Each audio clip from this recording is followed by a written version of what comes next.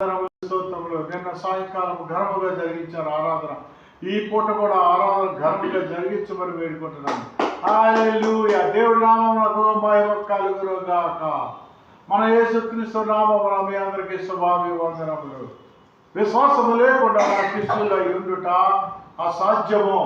విశ్వాసము లేకుండా దేవుని క్రీస్తులో ఉండుట అసాధ్యము అని లేఖనాలు సెలవిస్తూ ఉన్నాయి. మనకి విశ్వాసం ఉన్నా లేకపోయినా దేవుడు మనల్ని కనికరిస్తాడు. అయితే 3 మాటలు మీకు చెప్తాను, జ్ఞప్తికి తెచ్చుకోండి. విశ్వాసం లేకుండా దేవుడికి ఇష్టలై ఉండట అసాధ్యము. ఒకవేళ మనకి విశ్వాసం లేదు, దేవుడికి ఇష్టలై ఉండాలంటే 3 మాటలు చెప్తాను. ఫస్ట్ మాట ప్రార్థన. ఏమండి? ప్రార్థన. రెండవ మాట ఉపవాసము. మూడవ మాట పశ్చాత్తాపము. ప్రార్థన, ఉపవాసము, పశ్చాత్తాపం. అయితే పశ్చాత్తాప పడితే దేవుడు కనికరిస్తాడు. హల్లెలూయా. దేవుడి నామానికి మహిమ కలుగును గాక. కీర్తనలు 51 అధ్యాయం 3 వసనం. కీర్తనలు 51 అధ్యాయంలో దావీదు తప్పు చేసిన తర్వాత తాను పశ్చాత్తాపడి దేవుడితో తన బాధను వ్యక్తపరుస్తూ తన పాపమును తన దోషమును క్షమించమని అడుగుతాడు. అప్పుడు దేవుడు క్షమిస్తాడు. హల్లెలూయా. కీర్తనలో 51 అధ్యాయం. అట్లాగే యోనాలో మరి పేతురు కూడా తను పేతురు జీవితం చూసినట్లుగానే పేతురుని దుండుడుగు పేతురు అంటారు. ఇప్పుడు దుండుడుగు పేతురు అయినటువంటి యేసుప్రభు పెట్టిన పేరు పేతురుకి కేఫా, అంటే రాయి. ఆయన శిల లాంటి వాడు. ఆయనకి తాళపు చెవులు అప్పచెప్పాడు. ఎలాంటి వాడండి పేతురు? నువ్వెవరో నాకు తెలీదు. చూడండి, యేసు ఎవరో నాకు తెలీదు అని చెప్పిన పేతుర్ని దేవుడు ప్రధాన నాయకుడిగా చేశాడు. అపోస్తలులో ప్రథమ అపోస్తుడుగా చేశాడు. తనకున్న శిష్యులు 12 మందిలో 70 మంది శిష్యుల్లో ముఖ్యుడుగా చేశాడు. కనుక ప్రార్థన ఎట్లాగా మగసిరి కలిగి చేశాడు. వారిని తిట్టాడు, వారిని ద్వేషించాడు. యాకోబు కూతురి గురించి పట్టించుకోలే, దీనా గురించి. కొడుకును హత్య చేశారు. ఆదికాండం 34 అధ్యాయం. హత్య చేశారు వాళ్ళు. తండ్రికి అబద్ధము చెప్పాడు, దేవుడికి నిజం చెప్పి ఆశీర్వాదం కొట్టేశాడు. అయితే దేవుడు ఏమంటున్నాడంటే మలాకి గ్రంథంలో ఏశావుని ద్వేషించితిని, యాకోబుని ప్రేమించితిని. ఎందుకంటే హోషియా 12 అధ్యాయం 3వ వచనం. హోషియా 12 అధ్యాయం 3వ వచనం చూడండి. అక్కడ ప్రార్థన ఎంత గొప్పదో. అక్కడ విశ్వాసం అక్కర్లా, ప్రార్థన. మగసిరి కలిగి ప్రార్థన చేశాడట.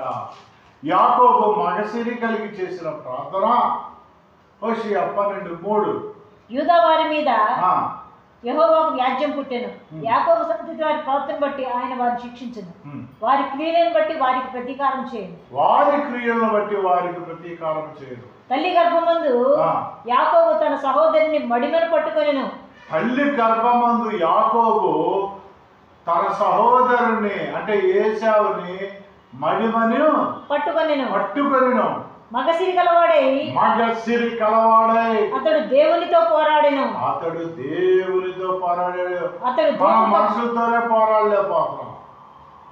ఇటుకాడ అసోసియేషన్ వాళ్ళతో పోరాడలేకపోతున్నాం. పక్కింటోడితో ఎదురింటోడితో పోరాడలేకపోతున్నాం. ఒరి బాబు ఇవన్నీ ఎందుకు? ఇంట్లో ఉన్న అత్త కోడల్లో గొడవ, అన్నదమ్ములకు గొడవ, అక్క చెల్లెలకు గొడవ, పోలీస్ స్టేషన్లో గొడవ, వీధిలో గొడవ, రాష్ట్రాలు నీటి కొరకు గొడవ, రాష్ట్రంతో కేంద్రంతో గొడవ, ఒక దేశం గొడవలు, ఎటు చూసిన యుద్ధాలు గొడవలే. అలాంటి సమయంలో తమ్ముడిని కడుపులో ఉండడంగానే నొక్కేశాడట, తోసేశాడట. యాకోబు చిన్నవాడు పెద్దవాడిని తోసేశాడు. చదవండి. తల్లి గర్భమందు యాకోబు తన సహోదరిని మడిమ పట్టుకొనెను. మగసిరి గలవాడై అతడు దేవునితో పోరాడెను. మనుషులతో పోరాటం కాదు, దేవుడితోనే పోరాడాడట. ఎట్లాగా? ప్రార్థన చేశాడు. అతడు దూతతో పోరాడి జయమొందెను. అంటే దూత అంటే దేవుడే.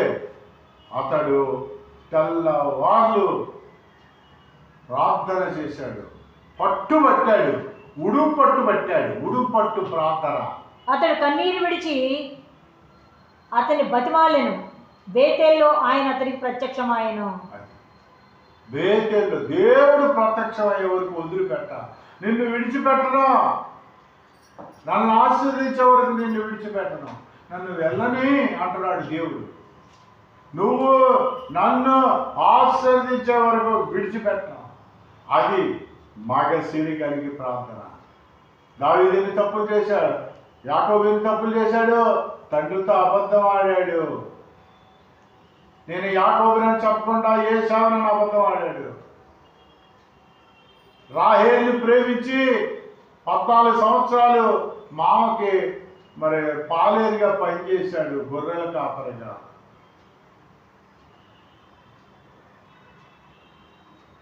పెద్ద భార్యని జబ్బు కలదానా అని ద్వేషించేవాడు. కూతుర్ని పట్టించుకోవాలి. ఆ అమ్మాయి బయటికి వెళ్తే షెకేమో అనేవాడు పాడు చేసేసాడు. కొడుకులు హత్యలు చేశారు. ఆ ఊరంతా షెకేమంతా నరుక్కుంటూ పోయారు. దేవుడికి నిజం చెప్పి ఆశీర్వాదం కొట్టేశాడు. ఇవన్నీ కూడా ఒక్క ప్రార్థన వల్లే. మగసిరి కలిగి ప్రార్థన చేశాడు. ఇన్ని తప్పులు చేసిన యాకోబు దేవుడు క్షమించేశాడు. మగసిరి కలిగి ప్రార్థన చేశాడు. నువ్వు దేవుడికి ఇష్టడు అయిపోయావు. దేవుడికి ఇష్టడైపోయాడు యాకోబు. ఏమంటే నినేవా పట్టణ ప్రజలు తర్కిష్ కలమంటే నినేవా పట్టణం వెళ్ళాడు. అప్పుడు దేవుడు చెప్తా ఉన్నాడు, చూడండి, ఆ రాజు దీనవసలా ఆ రాజు చెప్తా ఉన్నాడు. రాజు సింహాసనం పైనుంచి కింద దిగాడు.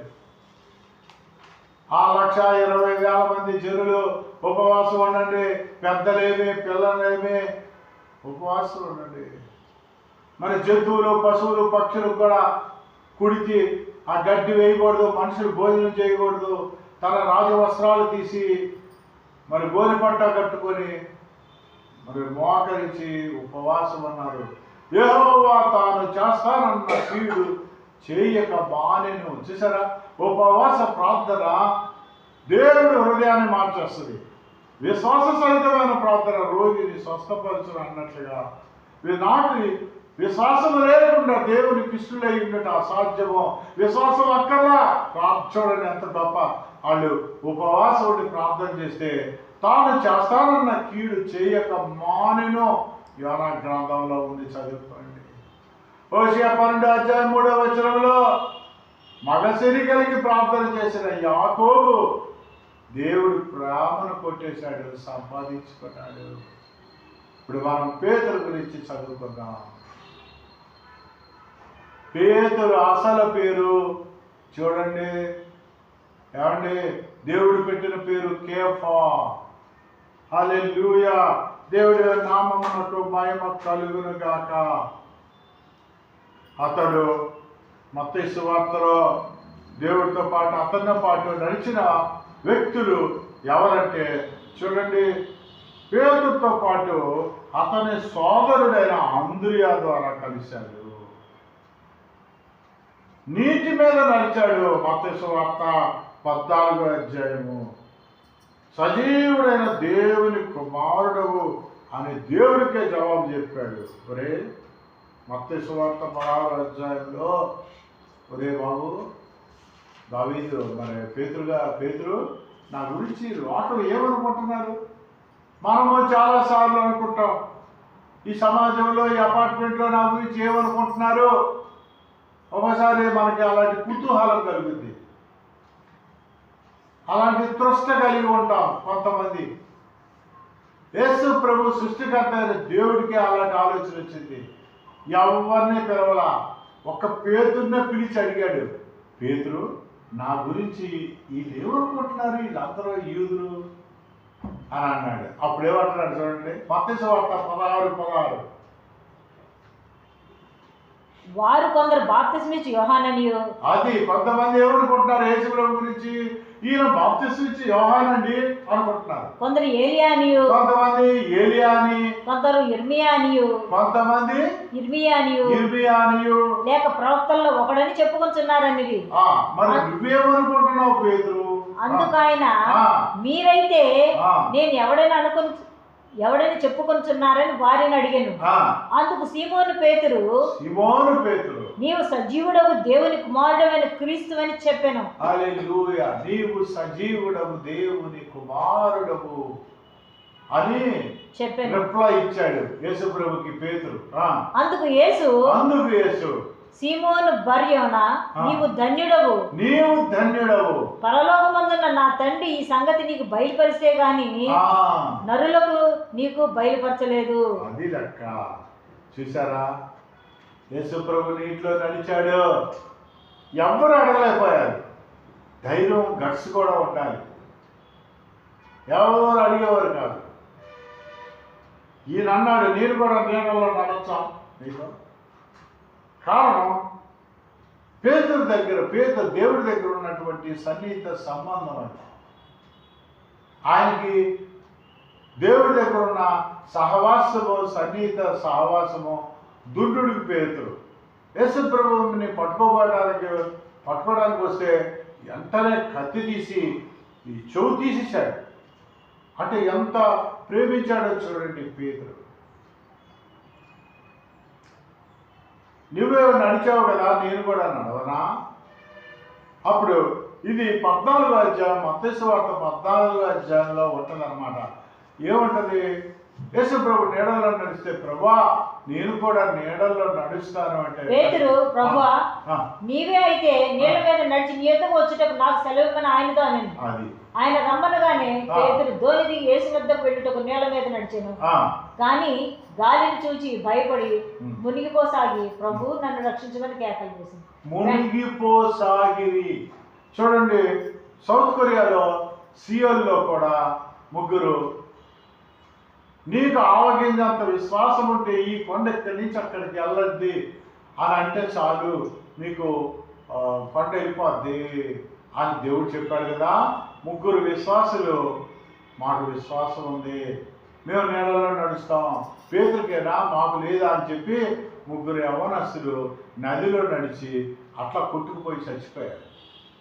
అయితే రక్షించలేని యేసు అని సౌత్ కొరియా మొత్తం పేపర్లో వేశారు, రక్షించలేని యేసు అప్పుడు పాలెంచో గారి దగ్గరికి వచ్చి అడిగారు, అయ్యా రక్షించలేని యేసు అని పేపర్లో వస్తుంది, మరి నిజమే కదా, ఆవగింజంత విశ్వాసం కాదు, మాకు చాలా విశ్వాసం ఉందని ఆ బిడ్డలు ముగ్గురు చదువుకునే పిల్లలు నీడల్లో నడిచి కొట్టుకుపోయి చచ్చిపోయారు, మరి దీనికి ఏమంటారు మీరు అని పాలెంచోని అడిగారు.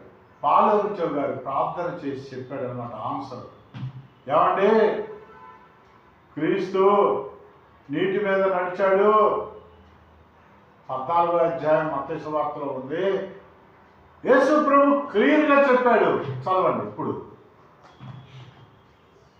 పేతురు ప్రభువా నీవే అయితే నీళ్ల మీద నడిచి నీ యొద్దకు వచ్చినప్పుడు నాకు సెలవిమ్మని ఆయనతో అనండి. ఆయన రమ్మనగానే పేతురు ఎవరిని రమ్మన్నారు? యేసు ప్రభు పేతుర్ని నీళ్ళలో రమ్మన్నాడు, నడిచి రమ్మన్నాడు. అక్కడ ఆధారం ఉంది. పాలెంచో గారికి దేవుడు ఇదే చెప్పాడు.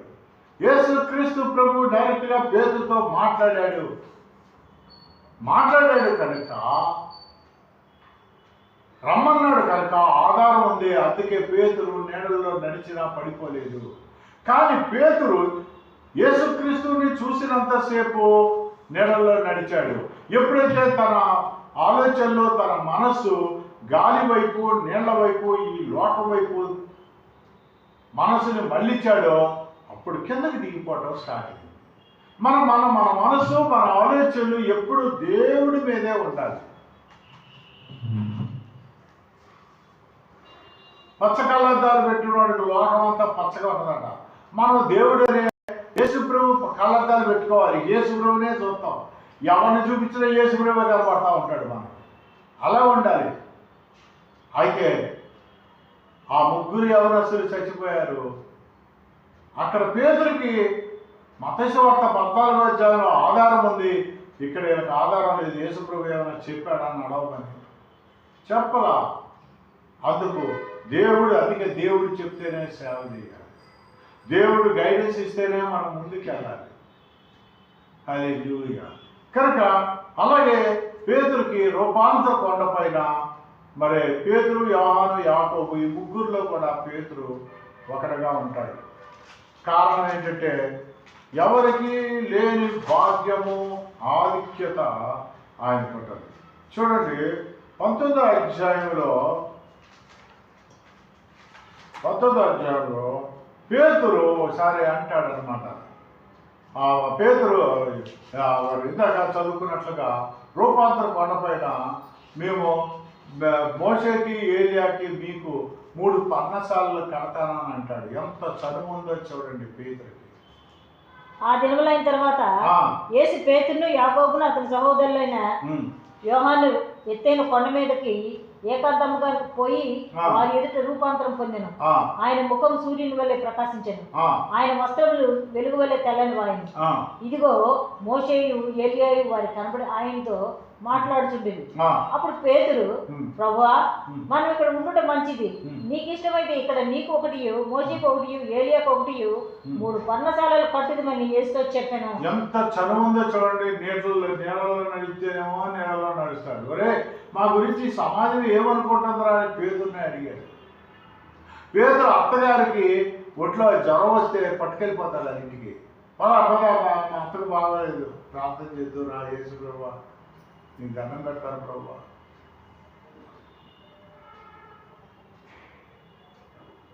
దేవుడు యేసు ప్రభువు తన మనసుకు నచ్చింది చేస్తాడు. కారణం తండ్రి ఏది చెప్తే అదే చేస్తానని యోహాను సువార్త 14, 15, 16 అధ్యాయం చదివితే తెలుస్తుంది.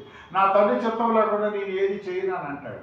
అందుకే ఒక శతాధిపతి అడుగుతాడు, అయ్యా నా కుమారుడు, నా దాసుడు ఒకడు పాడైపోయి ఉన్నాడు, అనారోగ్యంతో ఉన్నాడు, చచ్చిపోయే పరిస్థితిలో ఉన్నాడు, రండి రాడు, వెళ్ళాడు వెంటనే. అప్పుడు పక్కన ఉన్న శిష్యులు అంటారు, అయ్యా ఇతడు మన దేవాలయం కట్టడానికి, అదే లూయా చూడండి, మన దేవాలయం కట్టడానికి ఇతడు ఎంతో డబ్బులు ఇచ్చాడండి. అంటే డబ్బులు ఇస్తే వెళ్దామనే ఉద్దేశం కాదు. దేవుడికి నడిపింపు రావాలి. దేవుడికి తండ్రి చెప్పాలి యేసయ్యకి, పదండి అంటాడు. దేవాలయం కట్టాడు, డబ్బులు ఎంతో ఇచ్చాడు ఇతను, అంటే పదండి అతను కట్టాడు. మరి అక్కడికి ఇల్లోడు ఇంట్లో రమ్మంటాడా? లోపల రమ్మన్నట్లా బయట ఉంచమన్నాడు, ఉంచేశాడు యేసుప్రభుడి శిష్యులే. నీవు మా ఇంట్లో అడుగు పెట్టుటకు నేను యోగ్యుడిని కాదు, నాకంత విశ్వాసం కూడా లేదు, నువ్వు ఒక్క మాట సెలవిస్తే చాలు అని అంటాడు. నేను ఇశ్రాయేలు ప్రజల్లో ఇలాంటి విశ్వాసాన్ని నేను ఎక్కడ చూడలేదని అంటాడు యేసుప్రభు. హల్లెలూయా, హల్లెలూయా. ఇక్కడ పేతురు చూడండి, నీడల్లో నడిచినప్పుడు ఉన్నాడు, రూపాంతర కొండ మీద ఉన్నాడు, 3 పర్ణశాలలు కడతానన్నాడు.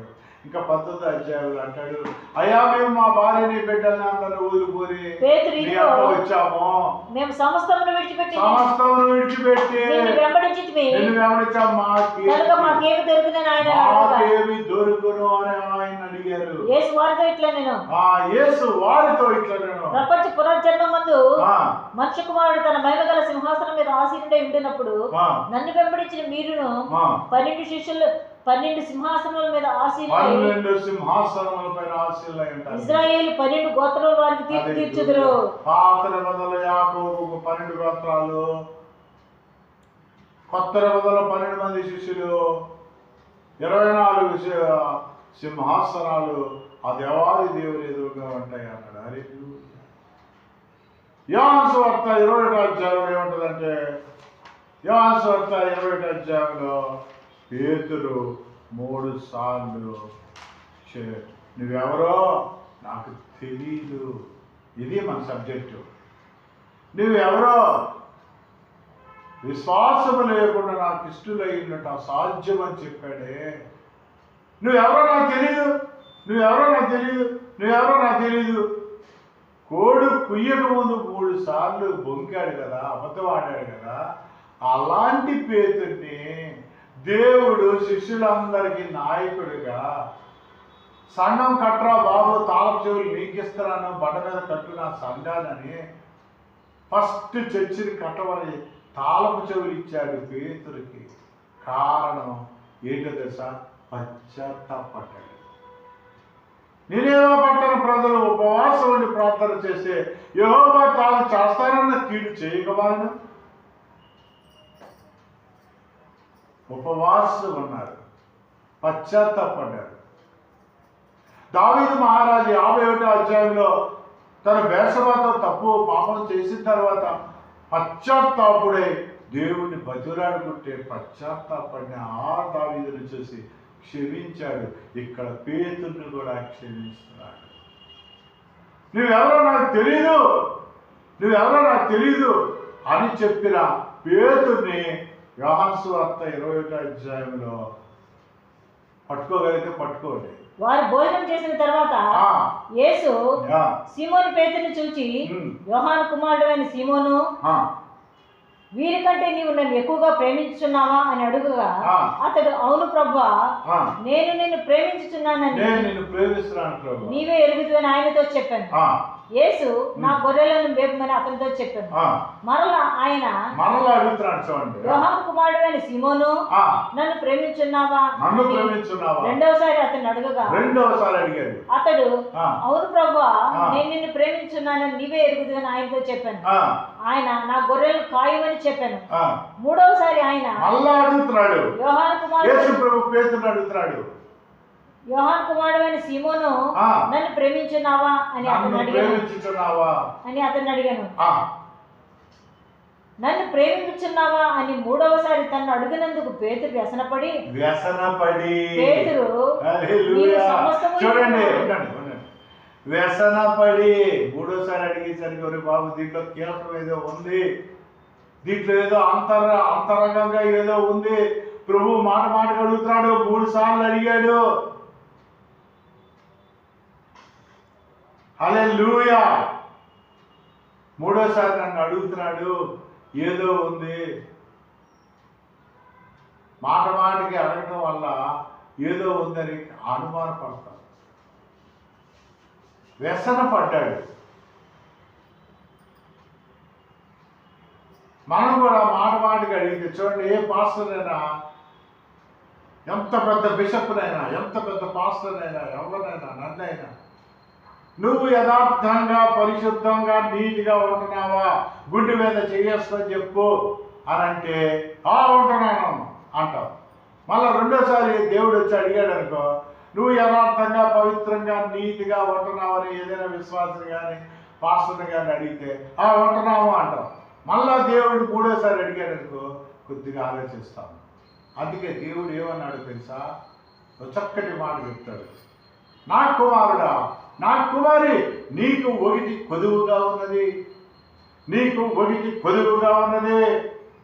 నువ్వు ఎన్ని మంచి పనులు చేయి, ఎంత పరిశుద్ధంగా ఉండు, ఎంత నీతిగా ఉండు, ఈ లోక మానవీయమో అంతకుండా నువ్వు ఎంత జీవించినప్పటికీ, ఎంత దేవుడిని నమ్ముకొని ప్రవర్తిస్తున్నప్పటికీ నీకు ఒకటి కొదువుగా ఉన్నది.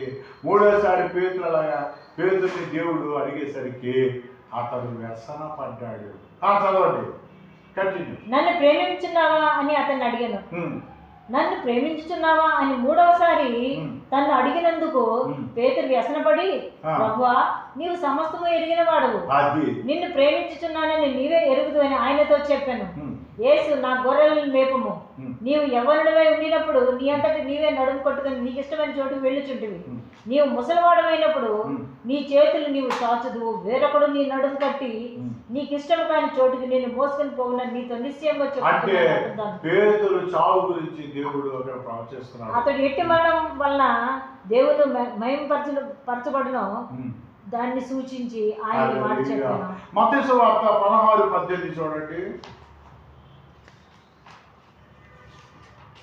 మత్తయి సువార్త 16:18. మరియు నీవు పేతురువు, ఈ బండ మీద నా సంఘం కట్టుదు, బండ మీద నా సంఘము కట్టు. పాతాళంలో ఒక ద్వారములు దాని ఎదుట నిల్వనేరవని నేను నీతో చెప్పుచున్నాను. పరలోక రాజ్యం యొక్క తాళపు చెవులు నీకు ఇచ్చేదను.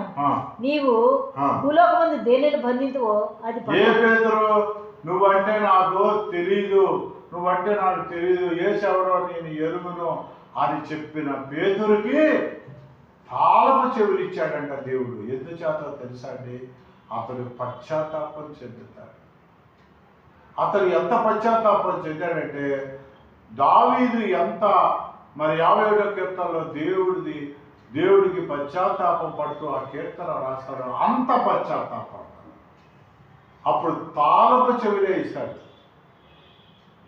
అదే యేసు ప్రభు పునరుత్థానుడైన తర్వాత కూడా మరి పేతురుకి కనబడతాడు అందరితో పాటు.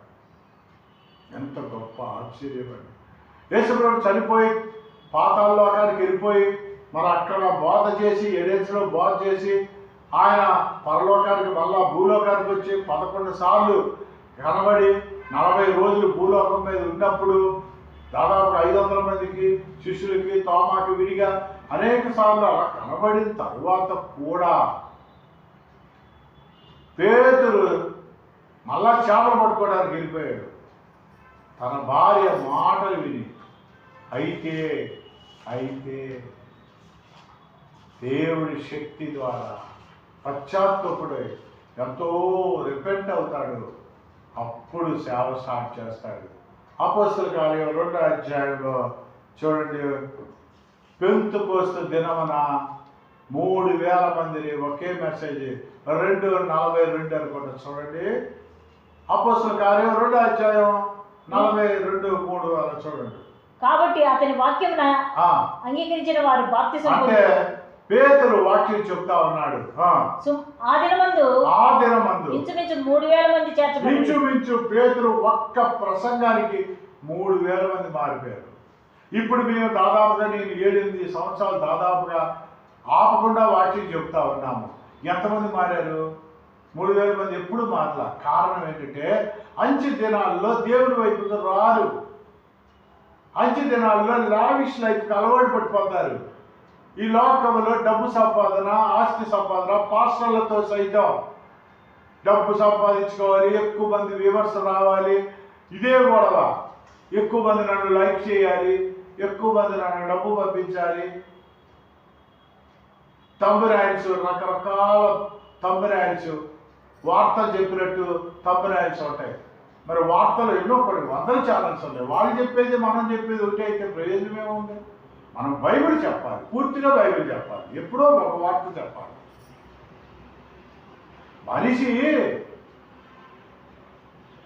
మనిషిని కుక్క కలిసిందంటే అది సహజం. కానీ కుక్కని మనిషి కలిశాడంటే అది వార్త. కుక్కనే మనిషి కలిశాడు అనుకో, అది వార్త. అది పాతకాలం. ఇప్పుడు ప్రతిదీ వార్తే. ఏ న్యూస్ ఛానల్ ఏదైతే అది తీసుకొచ్చి ఇక్కడ పెట్టేయడం, దానికి ఒక యేసుప్రభు వాక్యం కలిపేయడం బైబిల్లో. ఇది వాక్యాలు రోజు వాళ్ళని ఆదరిస్తారు జనాలు. ఎందుకంటే వీడికి రాదు, వాళ్ళు కూడా అలాగే ఉంటారు.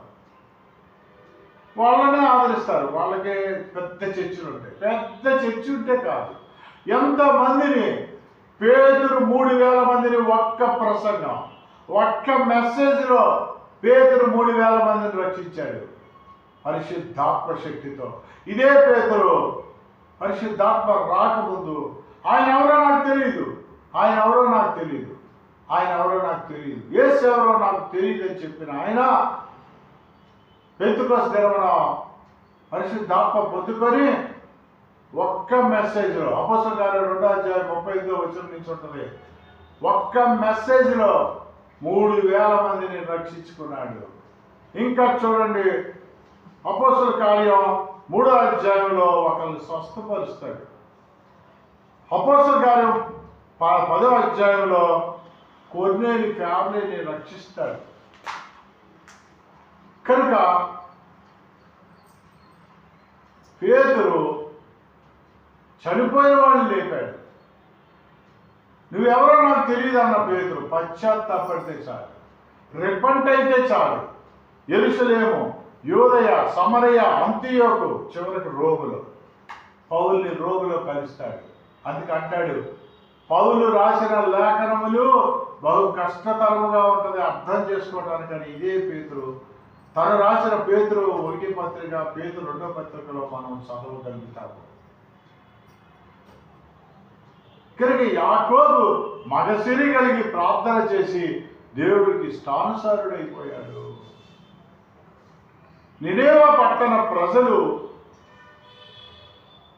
ఉపవాసం ఉండి తాను చేస్తానన్న కీడు చేయకుండా మానినట్లు వాళ్ళందరూ ఉపవాసం ప్రార్థన చేశారు.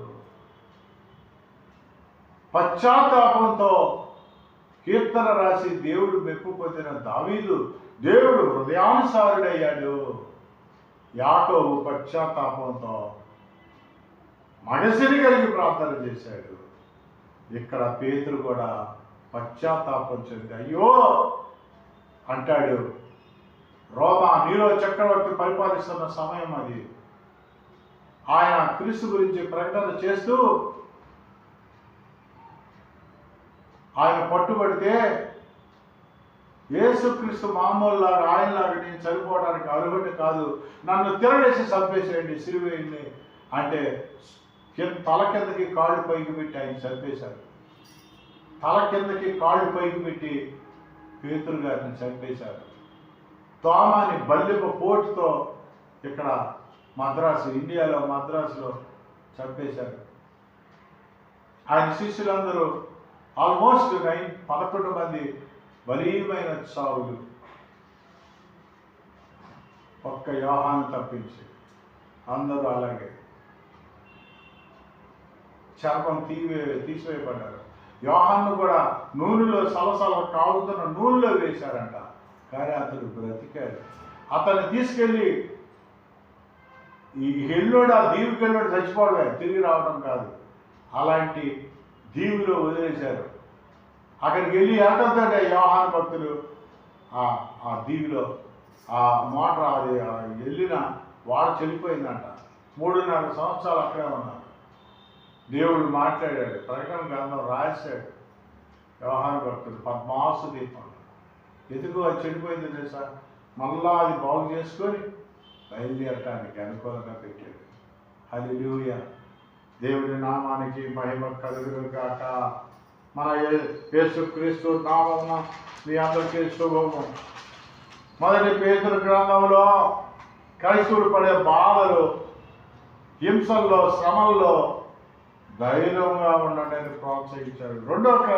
రెండవ పేతురు గ్రంథంలో ఆయన మహిమతో భావిస్తూ బోధకుల నుంచి, మరి తప్పుడు బోధల నుంచి ఎలా రక్షించబడాలి, పవిత్రంగా ఎలా జీవించాలి అని పేతురు మనకి తెలియపరుస్తా ఉన్నాడు. పేతురు దుడ్డుడుకు పేతురు యేసుప్రభు శిష్యులందరిలో కల్లా వయసులో పెద్దవాడు కనుక పేతురు చాలా నిజమైన యథార్థమైన భక్తుడు యేసుక్రీస్తు ప్రభువు. మరి నేను అంత ప్రేమ కలిగి అంత భక్తి కలిగి ఉన్నామా? చాలామంది విశ్వాసులు యేసు ప్రభుని తిడతా ఉంటే ఆ రాధా మనోహర్ దాసు ఇష్టం వచ్చినట్టు పిచ్చి వాగుతూ ఉంటే చాలామంది తిట్టరు, ఏమి అనరు. కానీ ఎవరైనా పాస్టర్ని తిడితే విశ్వాసి లైవ్ ఇచ్చి వాక్యం చెప్తారు, లైవ్ ఇచ్చి మాట్లాడతారు.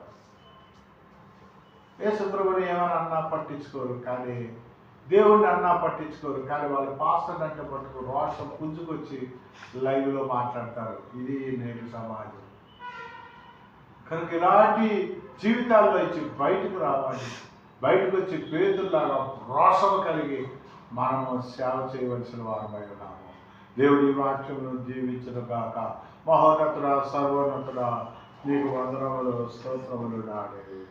యెహోవాను గానము చేసెదము ఏకముగా మనకు రక్షకుడా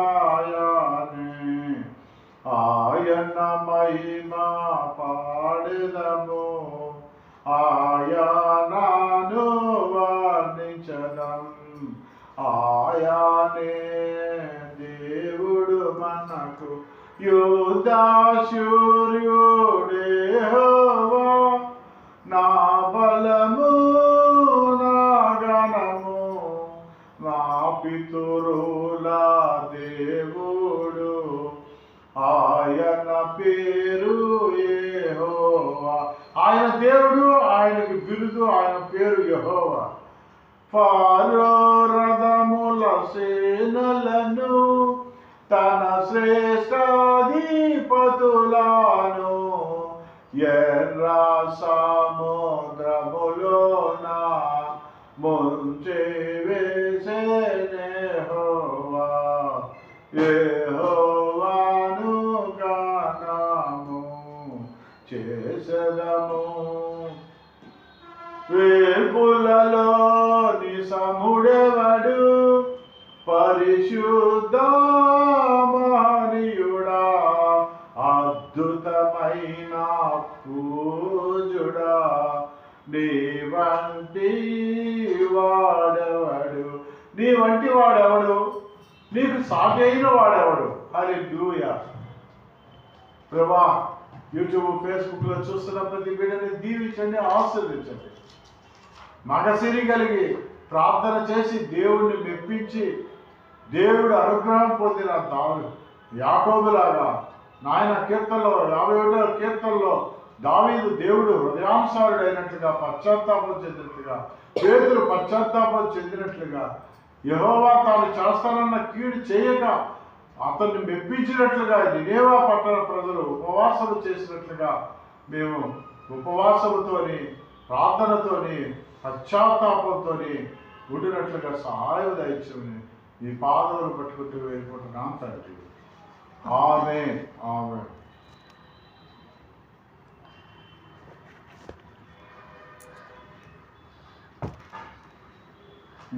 తీయమా.